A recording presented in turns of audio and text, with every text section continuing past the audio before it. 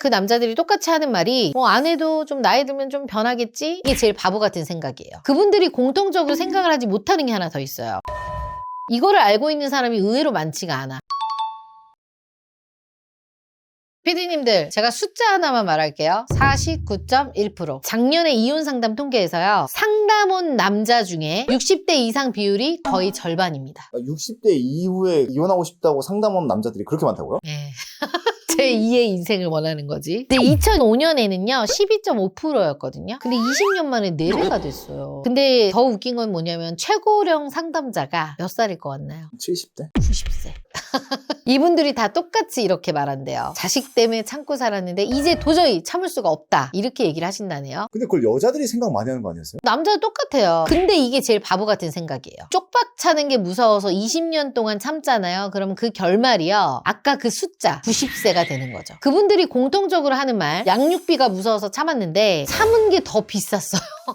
그래서 오늘은요. 이혼을 늦게일수록 더 손해일 수밖에 없는 남자들 입장에서의 이유에 대해서 한번 이야기해 볼게요. 첫 번째입니다. 감가상각입니다. 이혼하고 다시 결정사에 재혼을 하려고 오시는 분들이 더 많아졌는데요. 이분들한테 공통점이 있어요. 오시는 나이가 늦으면 늦을수록 소개가 힘들어. 당연한 얘기지만요. 결정사 데이터 기준으로 보면요. 남자가 재혼으로 오잖아요. 40대가 넘어버리잖아요. 그럼 여자들의 선택률이 점점점 줄어듭니다. 왜냐면 30대도 재혼이 많으니까 요새. 실제로 저희 회원 중에 37에 이혼을 하고 오신 분이 있었어요. 본인이 결혼 3년 하고 정리하고 많이 위축돼서 온 거지. 내가 과연 할 수 있을까 이렇게. 근데 솔직히 결정사 입장에서 보면 대기업 다니고 외모도 괜찮고 아이도 없었거든요. 그러니까 해볼만 했어요. 근데 진짜 신기하게 아이가 없다 보니 6개월 만에 여자분하고 교제를 했고 거의 1년 안에 결혼을 했어요. 반대로 한 48, 9 정도였는데 30대에 결혼을 하고 혼자 지내시다가 온 거야. 근데 이제 이 정도 나이가 되니까 정년이 얼마 남지도 않고 건강도 예전 같지도 않고요. 모아놓은 것도 사실 많지가 않으시다 보니까 결국에는 매칭이 수월하지가 않더라고요. 거기에 또 아들을 본인을 양육하고 있는데 아들이 고등학생인가 그래요. 그러면 어떨 것 같아요? 힘들죠. 그래서 이것도 투자로 치면요. 부동산을 팔 타이밍을 놓치느냐 아니면 잡느냐 이거의 문제인 거야. 그리고 이제 조금 늦게 오시는 남자들의 공통적인 특징이 또 있어요. 첫 번째가 이제 몸이 망가져 있어. 왜 망가져요? 나이가 들어서 오니까 머리숱도 좀 빠져있고 얼굴도 뭐 칙칙하고 관리도 잘 안 되고 이런 분들이 있단 말이에요. 그렇게 이제 거의 50, 40 이렇게 되면요. 이제 어때요? 확 늙어서 오는 거지. 그래서 여자들 80대 중반 넘어가잖아요. 별로 안 좋아해요. 두 번째입니다. 커리어가 정체되어 있습니다. 애매한 나이죠. 40대 후반, 50대 이때가. 30대에서 40대 초반까지는 어느 정도 돈을 확 버는 시기이기 때문에 여자들이 불안해하지 않아. 근데 이제 진짜 뭐 건물주나 집안에 돈이 많거나 전문직이 아니고서 일반 직장인 남성분들이 40대 중반이 넘어가면 여자들 입장에서는 어떨 것 같아요? 못 만나죠. 왜 못 만나요? 일반인 직장이면 회식하대잖아. 그치. 그리고 이런 케이스도 있어요. 정말 이제 힘들어서 이혼을 참다가 이혼을 하고 오신 분이 있어요. 본인이 일을 정말 잘했던 사람인데 집에서 너무 스트레스를 받고 살기 싫은 걸 억지로 살다 보니까 일적인 부분에서도 그게 좀 영향이 가서 본인이 좀 승진도 늦고 커리어가 조금 많이 망가졌다라는 얘기를 하시더라고요. 왜냐면 이제 여자분이 바람이 났거든 거기는. 그냥 너 바람 나 일할게. 그게 안 되나 봐요. 그게 안 되는 거지. 아이가 있으니까. 그래서 참다 이제 오신 거죠. 그러다 보니까 세 번째 사람이 지쳐 있어요. 20년 가까이 일을 하다 보면서 막 이렇게 보잖아요. 그러니까 10년 넘게 힘든 결혼 생활을 하는 걸 보면요. 그 특유의 찌듦이 있어요.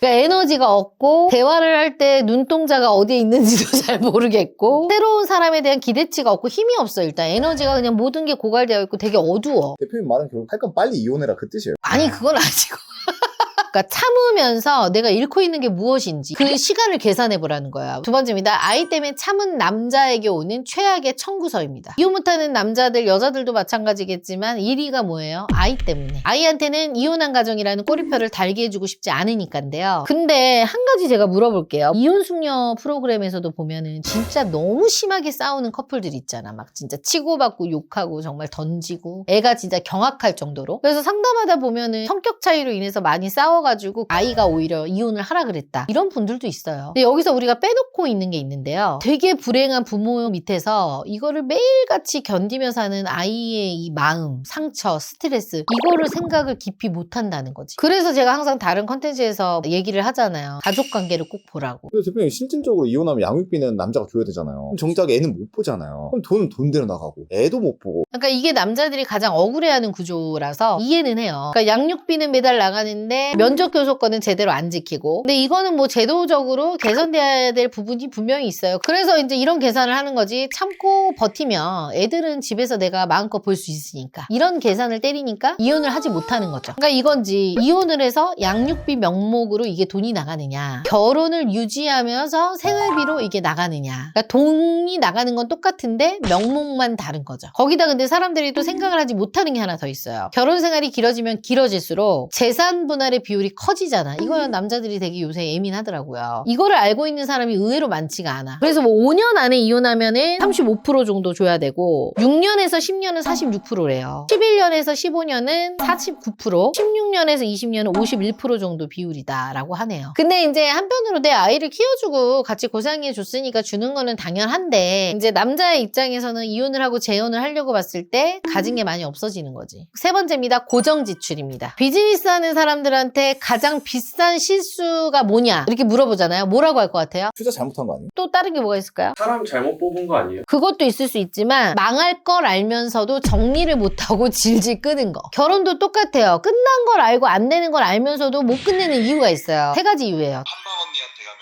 결혼할 수 있나요? 물론이죠. 1대1로 꼼꼼하게 관리해주고 철저하게 객관화를 할 수 있는 피드백을 주고 매니저가 딱 달라붙어서 어떻게 해야 할지 컨설팅해주는 전문가를 찾아오세요. 한방 언니가 함께 고민하고 도와드리겠습니다. 첫 번째입니다. 이미 쏟은 게 아까워. 결혼식 비용, 집 비용, 혼수 너무 아깝거든. 내가 샀거든. 그리고 이걸 포기하면 다 날리는 거잖아. 운전 생각이 못하는 거야. 근데 냉정하게 말하잖아요. 그 돈은요. 이혼을 하든 안 하든 이미 내가 쓴 돈이야. 비즈니스에서 이걸 뭐라 그래? 매물 비용이라고 하잖아. 사업 시작하려고 그러면 막 뭐 사드려야 되듯이 똑같아요. 근데 지금 내가 판단해야 될 건 뭐냐면 앞으로 이 결혼을 유지하는 데 들어갈 비용을 한번 계산해 보라는 거야. 두 번째, 이거 제일 크죠. 이혼하면 인생 끝이라는 공포입니다. 커뮤니티에 이렇게 들어가서 보잖아요. 극단적인 사례가 많아요. 양육비, 폭탄, 재산 전부 뺏김, 위자료 수억 너무 많더라고요. 근데 이제 이거를 보고 이혼을 하겠다 생각을 하잖아. 인생이 어떻게 느껴져? 파산처럼 느껴져. 우리 PD님 이혼한다고 생각하면 어떻게 느껴져요? 솔직히 좀 비참할 것 같아요. 근데 이제 이런 거는요, 어떻게 보면 극소수의 얘기일 수 있어요. 근데 생각보다 저희 쪽 와서 재혼을 해서 잘 사시는 케이스가 은근히 많이 있거든요. 근데 그런 사례들은 공유가 잘 안 되죠. 왜냐하면 자극적이지가 않잖아. 이혼하고 바람피고 이런 게 자극적이잖아. 그래서 최악의 시나리오만 보고 결정을 하잖아요. 그럼 아무것도 못 한다는 거죠. 그 다음에 세 번째입니다. 참아지면 나아진다는 착각입니다. 이게 제일 위험해요. 그러니까 이거지. 지금은 힘들지만 애가 좀 크면 아내가 변하겠지. 지금은 아내가 날 때리지만 더 크면 때리지 않겠지. 뭐 이런 생각들. 방송 같은 데서 보면 다 그런 건 아니지만 이혼의 사유가 남자가 조금 잘못해서 그런 케이스들이 많이 나오는데 실질적으로 제가 남자분들 상담하면요. 정말로 의외로 여자의 이유로 이혼하는 사례도 정말 많아요. 예를 들면 남자 못지않게 여자의 폭력. 맞는 남편도 있고요. 맞는다고요? 네, 맞아요.